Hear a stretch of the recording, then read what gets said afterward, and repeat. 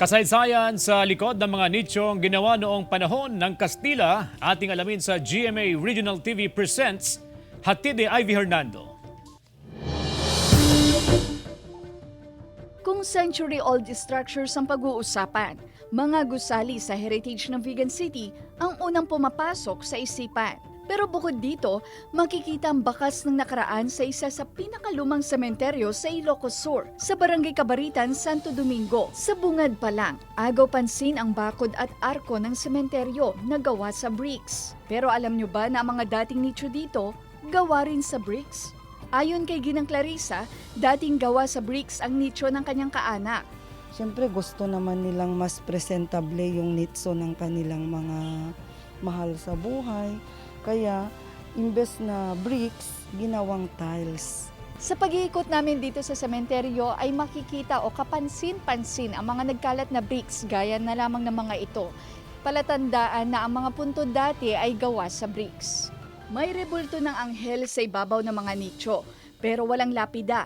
Kaya wala rin nakakaalam kung ilang taon na ang mga nichong ito dahil inukit lang daw noon ng mga ninuno. Pero kung sa kasaysayan, mga Espanyol ang may impluensya nito sa Pilipino panahong 15th hanggang 16th century o Spanish colonial period.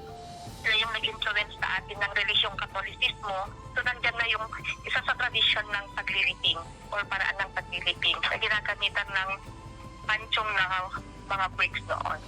Sa paglipas ng panahon, unti-unti na umanong naglalaho ang mga ladrilyong nicho. Ayun na lang kasi titik-tik ka nila, masisira yung bakod, yun ibebenta. Yun na lang ang tinitignan namin, parang hindi masira. Tulad doon sa likod, yung bakod inumpisan na nila na tinugtog kasi bebenta.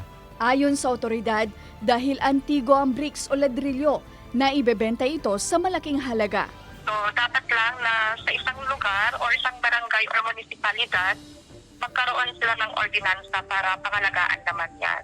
Saksi ang sementeryong ito sa maraming kwento sa loob ng ilang siglo. Sana raw ay bigyang halaga para ang istorya nito hindi mabaon sa paglipas ng panahon. Kasama si Norman Raca, Ivy Hernando, Balitang Amyanan.